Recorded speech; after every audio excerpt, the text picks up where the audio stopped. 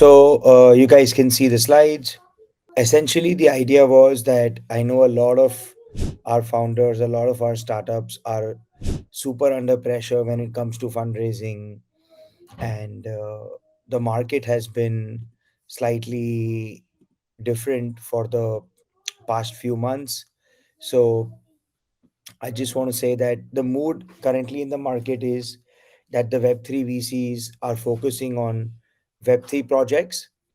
What that means is basically they're looking at projects that have easy tokenomics, that have easy value accruing tokens, and where they can make a quick deployment and basically a close enough token gating event so that they can get an exit or at least a partial exit.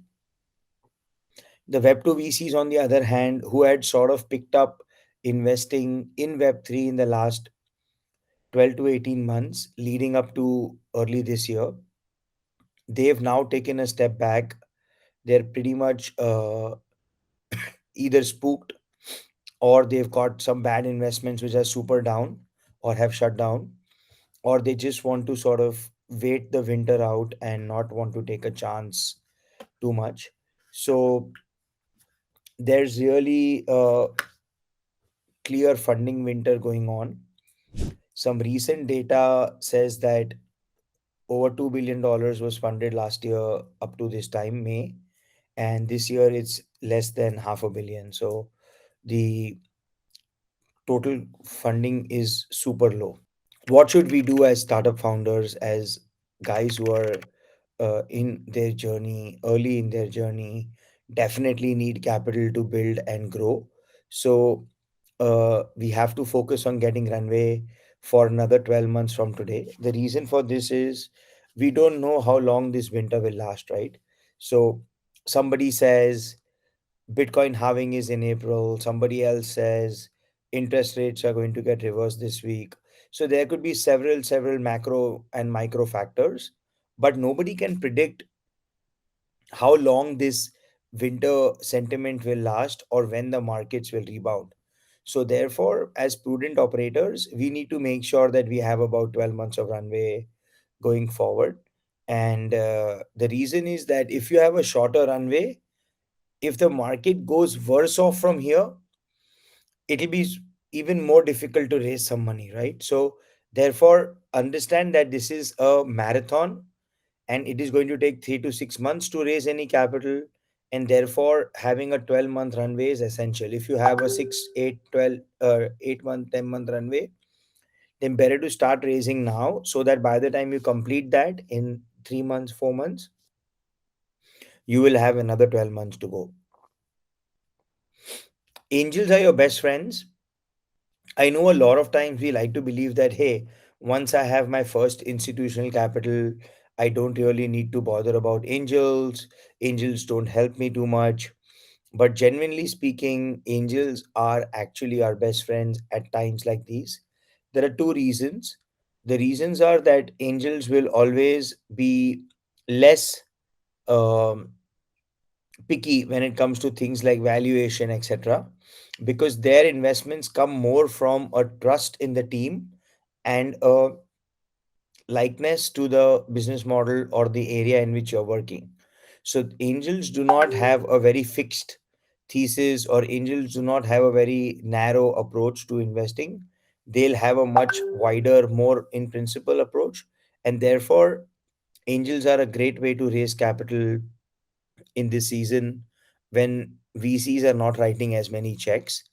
Plus, I'll also tell you as we go forward on certain other points when it comes to round sizing and all of that. But uh, if any of you have any questions, my suggestion is that we put it in the chat and just raise your hand so that I know that someone has a question. Or you can, if you don't want to speak or if it's noisy where you are, you can just put it in the chat and I'll try and read the question as I get it. The reason being that I don't want to go through the whole thing and then realize that somebody had a question on the first slide, because then the total flow of the context is not there. So if you have any question at any point of time, please feel free to sort of put your hand up and shoot it. Every rocket ship needs fuel, every startup needs capital. I think this is very well understood by everybody in this room.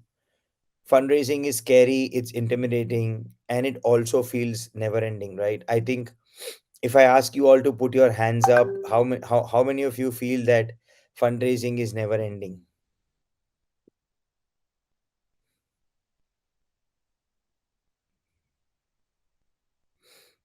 Yeah, yeah,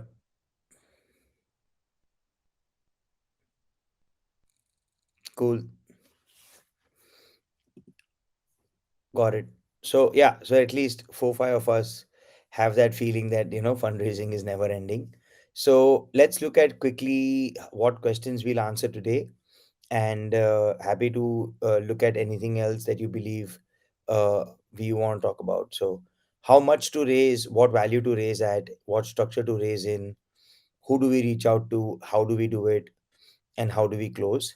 So, each of these are sort of the most common questions that I get asked and that founders get asked or founders have in their minds and often don't have structured answers to. How much to raise, which is round sizing. So I would say minimum 9 to 12 months. This comes from the same principle that we had. And on the first slide, where I said 12 months is the minimum runway you should be focusing on. So the idea here is that if you don't raise for at least 12 months, you'll always feel like we're in fundraising mode. Because of the current winter, it's taking much longer for rounds to close. And therefore, anything smaller than this will lead to us being on the road all the time. And the ideal is about 12 to 24 months. So the reasons I've already given over there, it ensures you're in not in constant fundraising mode. You can focus on building your company. If the startup does well, you can always go raise more capital with the performance. But if it goes lower or if it's below expectations, then the advantage is that you have a long runway to be able to decide on a pivot and to decide on how to manage your startup going forward. Then fundraising takes 90 days at least. I already told you that. And you should always plan a 10-20% contingency either in the budgeted expenses or the raised amount. So, what I mean here is that if suppose you think this will last me 12 months, 20% lower is about 9.5 months. So you consider that it'll last you about 9-10 months. So that is how you do it. Either you increase your budgeted expenses by 20%, or you can raise 20% more money than you're already targeting.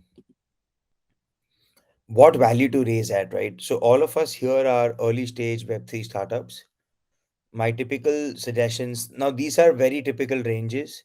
You don't need to, nobody is married to any number. I wouldn't say you should be married to any number, not any number on this slide, not any number somebody else tells you, not a number your competitor raised at, nothing. Decide your own thing basis feedback from the market at that point of time. So pre-product, pre-MVP, I would say $1 to $2 million is a good price range.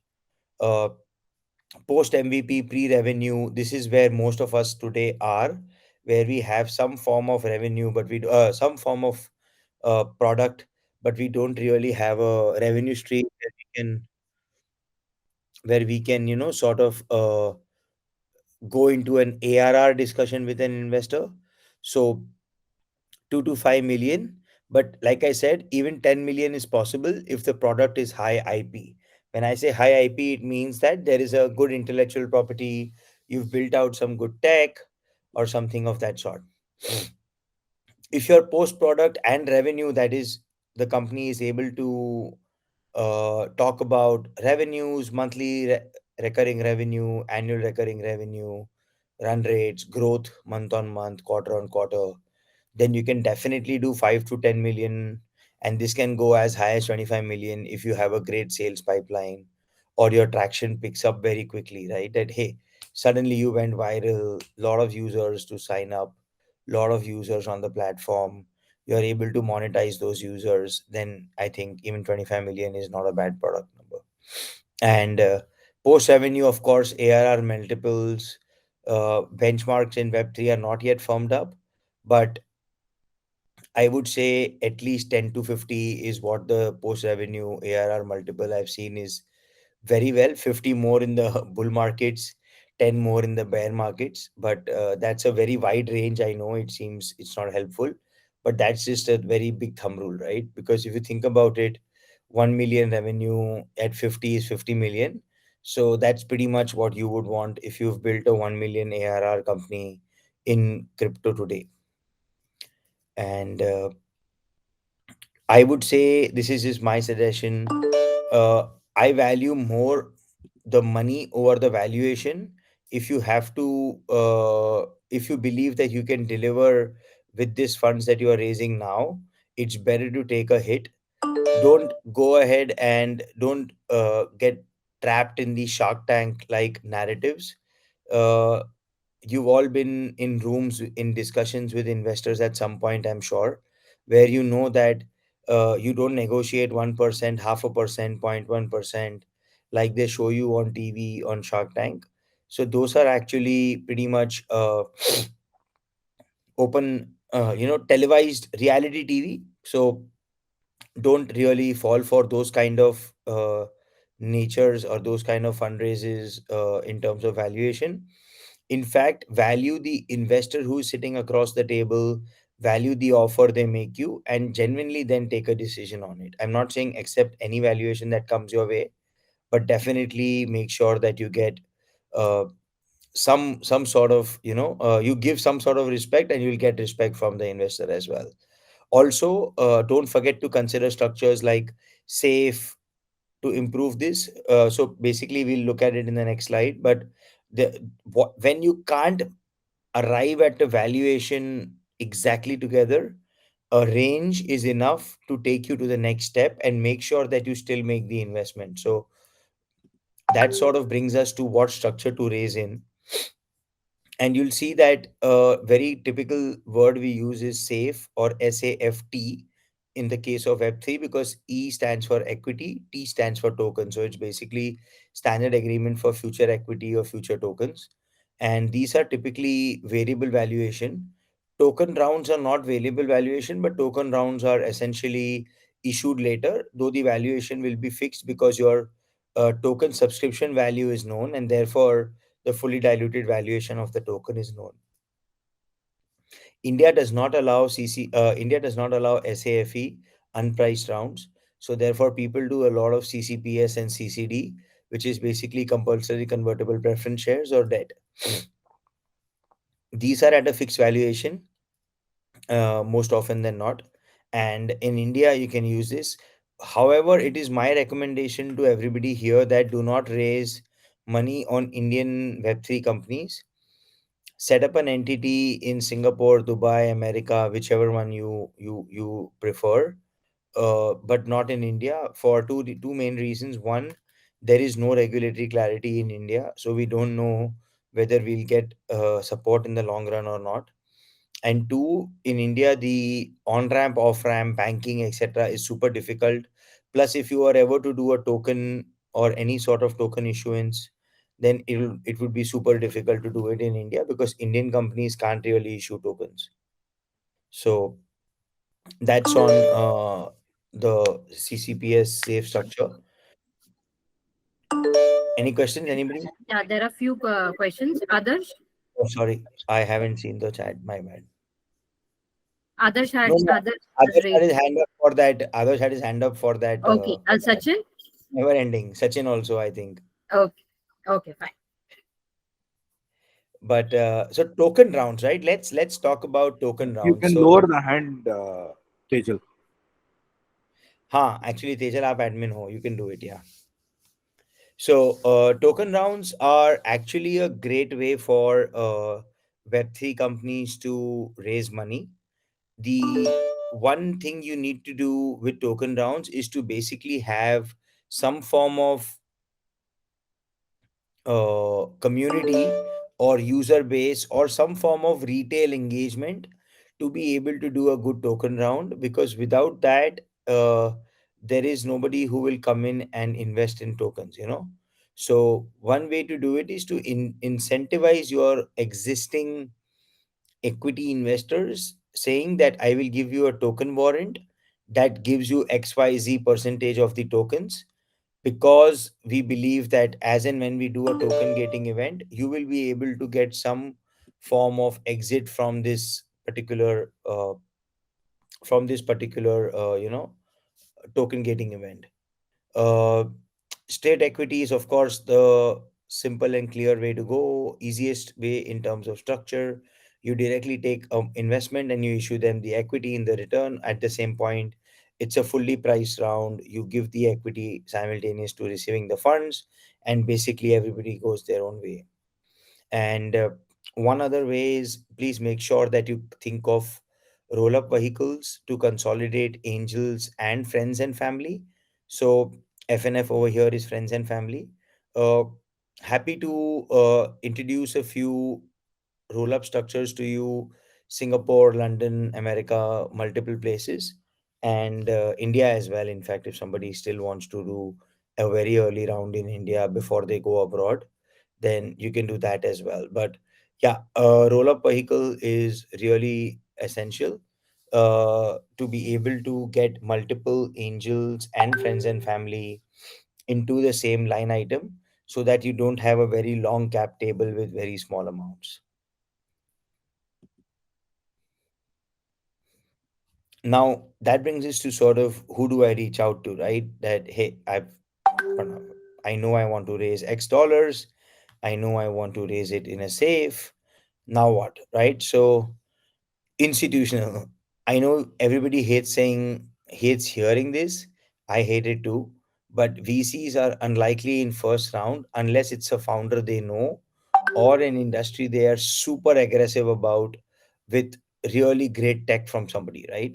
Only then will you see big VCs coming in to the first round. Micro VCs are great bets, because they will be the ones who will sort of take on your mandate, and their logic is that they can then bring the larger VCs in the subsequent rounds. So micro VCs are a great bet if you are able to source them. Syndicates also syndicates help you in the sense that they have a roster of angels. They have a collection of angels that invest through them, and therefore it just makes a lot more sense to go to syndicates rather than to individual angels. But syndicates nowadays are tough to crack, but I think it's still possible. And at least in terms of India, a good $50,000 type investment is possible from a decent syndicate. Individuals, like I mentioned, angels, they are the best capital to get for early stage startups.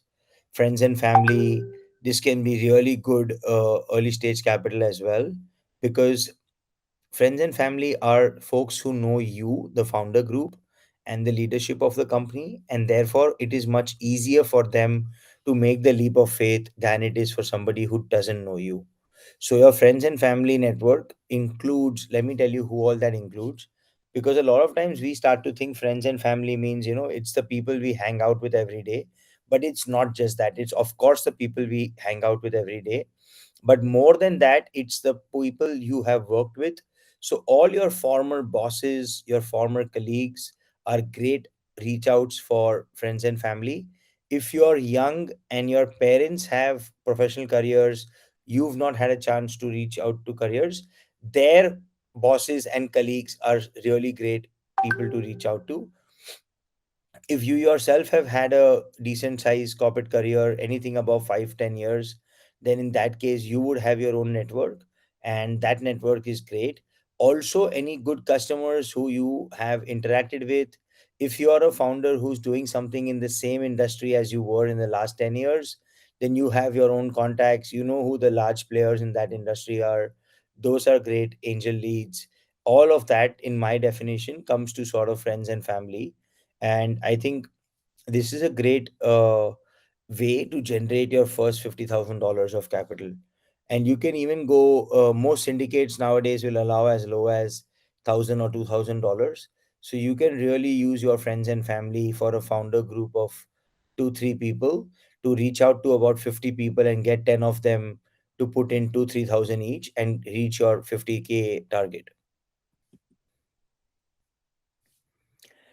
How do we reach out, right? So I think, like I've mentioned over here, it's probably the most underrated aspect of a fundraise.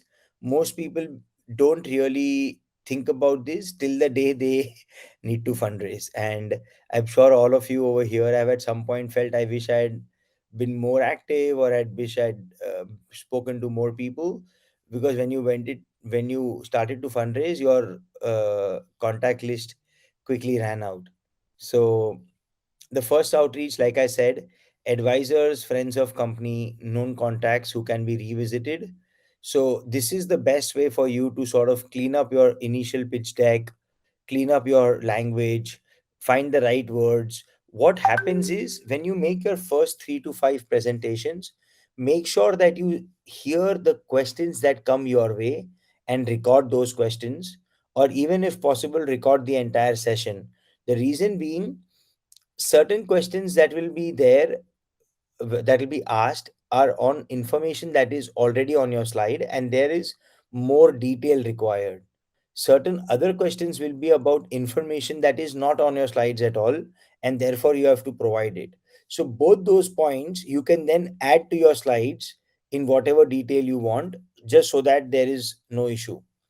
And you should also be able to get some converts or serious interest from this list, because this list will then be your anchor list or your base core list, which helps you get through this entire funding winter kind of situation. Second outreach is second, third degree of contacts. Ask the ones who are giving you converts and serious interest to give you more leads. And com- important to follow up and get responses, even if those responses are negative, because any sort of feedback is important for us to understand how to pitch our company. Repeat outreach.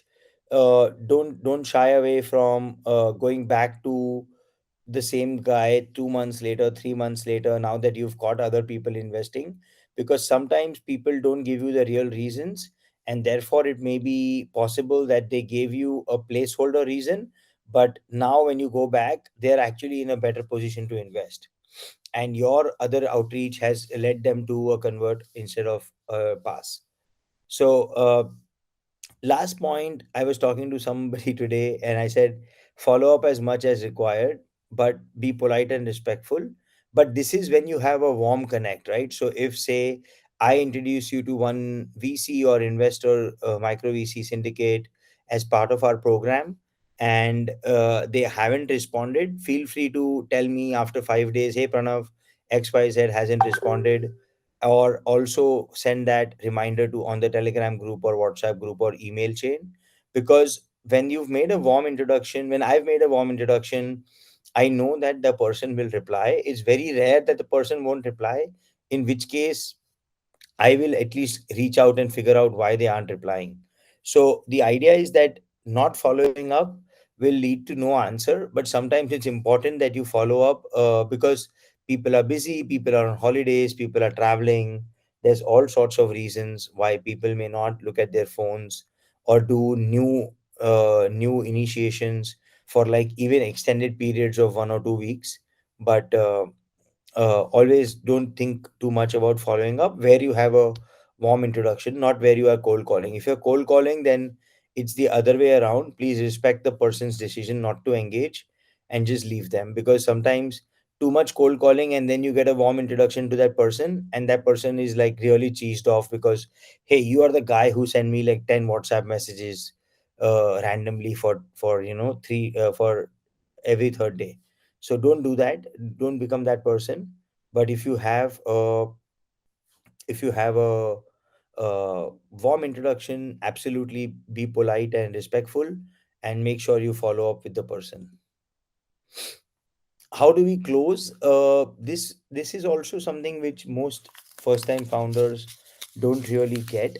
By closing, I mean that when you start to think about fundraising, right, there's sort of your initial planning period, then there is the actual outreach, and where you get confirmations or interest from people to say yes, I'm interested, and you've given them some form of document, some form of term sheet, some form of executable agreement. But then the closing is where you bring all those loose ends and you keep tying each loose end to make sure that every single transaction that you have open is now closed, and therefore your round is closed. So it's very important that you prepare your documentation early on. If somebody is serious, they will always ask you for documentation. So that's a very good hint of why of when someone is serious, and gauging whether they're genuinely serious or not. If they never ask for your documentation, means they're still two steps away from investing in you. And it, just having a documentation ready makes it easy, because then you don't need to warm up your investors again and again. So suppose you have a call, they say, hey, sounds interesting, do you have a term sheet? And you're like, no, let me come back to you, and you come back to them in 4 weeks. You've already lost interest from them, right? So it's more important that when they ask you, hey, do you have a term sheet or etc., you can present that. The other alternate will typically be that a lead investor who has done his diligence, who has done their diligence, will come in and bring you a lot of value in this way, because they will give you a term sheet which then you can take to other people to basically say that follow the same term sheet. And please budget for the legal work, the documentation, the taxation, the lawyers, setup of business, etc., so that you are able to uh, fund those expenses before your fundraise. I've seen very often founders are like, Pranav, I need like $30,000 because I don't have a planning for this kind of money, and that's what it'll cost me to be able to raise to close the round with my investors who are interested. So I think that's super important as a first time founder as well. Uh, how can we help? By we here, I mean Foundership. We do monthly flip books called pitch logs. uh, we can help you investor outreach. We'll require multiple pitches. Sometimes we'll call more people in the room. We'll do a demo day. My suggestion always is, do not go to large VCs first. Large VCs will not help you. And always feel free to ask for specific connects, because you never know who we end up knowing or who we end up meeting. So it just makes a lot of sense to ask us. We may say no, but very often we do say yes also. So even if it's like somebody who's super weird, and you think that, hey, Pranav would not know somebody in Indonesia, just try your luck, you never know, right? So or Bimlesh may know. So that is the advantage we have when we have a large team that is very well networked in the industry. And this is some ways in which we can help. We do help. And over to you guys. Any questions, please feel free. Happy to walk you through those doubts.